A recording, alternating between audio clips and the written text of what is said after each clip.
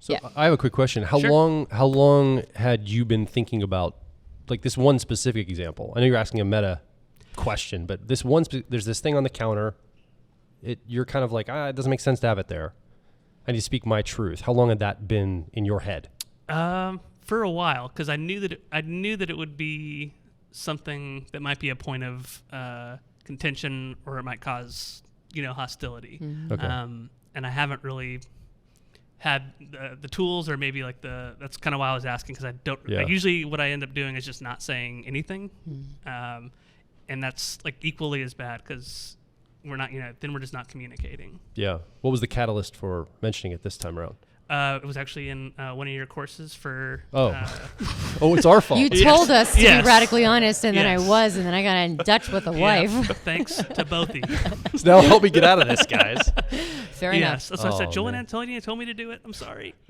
So are you heading someplace? I think I I was know just you're curious what the catalyst was after a while of, because I thought it had been a while, and I was wondering what caused you to want to do it then. Well, But, and actually that's a really good question, because I've also noticed that the closer that I deliver a piece of information that is a truth for me, especially if it creates a little like frustration or heat, the closer I say it to the time that I originally recognized that this is a thing for me, the less wormy I get about it. Like if I wait a long time, heat has built, frustration has built, like there's like a hesitance, and It's a bigger deal. the INFJ breeds that, you know what I mean? Yeah. Yeah. So just try to bring it up sooner rather than later is what you're saying. Yeah. Bring it So forward there's an in undertone of annoyance or anger that you may not realize. bring it earlier in the timeline. We don't know how things are making us feel, so we don't know what emotions are being smuggled into our conversation. Oftentimes we're not aware of it. So bring it closer to the time period so heat doesn't build unconsciously, in the shadow.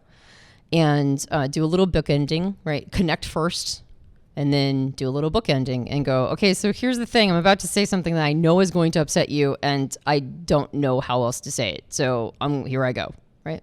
Right. And I have try it out and let us know how it works, right? Yeah. Because this might be I think it'll go better than the first time. might be terrible advice. I don't know. Go field test it, right? And if eventually you're just like, personality hacker destroyed my marriage. But I have a feeling it will work. And especially, I think, if she knows that it is troubling to you, her extroverted feeling is that's also, you connect. She knows it's troubling to you. It's not just criticism. It's like a thing. And her desire to stay in connection with you and be in harmony with you, I think that's going to win out. And I think that makes sense. Yeah. If I'm giving my intention that my intention isn't to cause disconnection or malice or anything like that, I think that's great.